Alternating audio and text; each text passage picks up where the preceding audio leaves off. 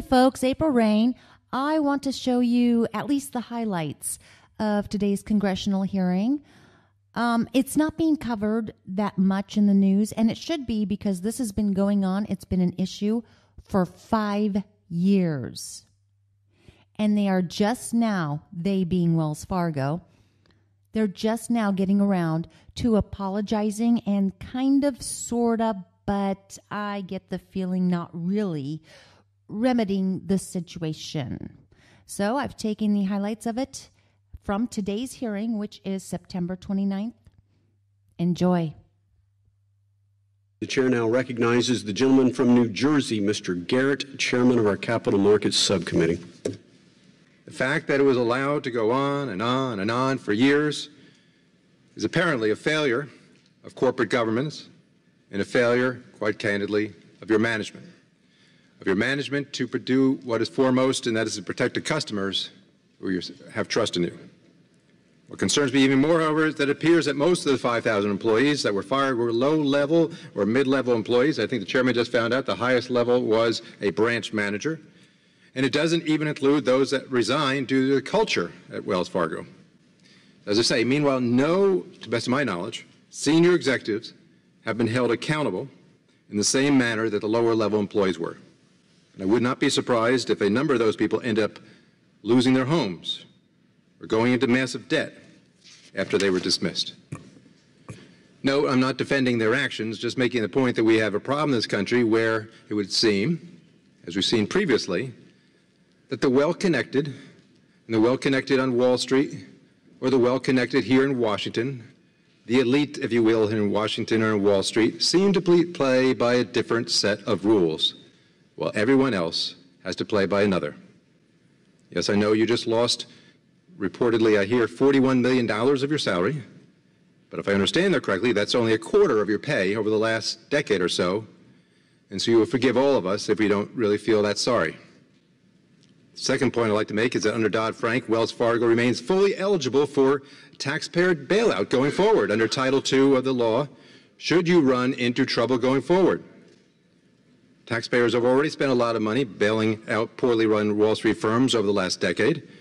Mr. Stump, I hope you're aware that the anger now directed at you by my constituents and others around the country isn't just over the actions of the employees, it's the fact that they seem to be forever on the hook to underwrite whatever kind of risky, or in this case fraudulent activities, Wells or other large banks engage in.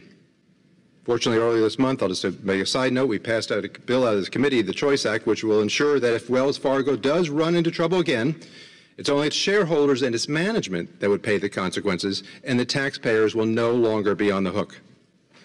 Third and final point I'll make, and no, they are not here, but once again, the financial regulators apparently were, more than apparently, were completely asleep at the wheel as this massive fraud was occurring.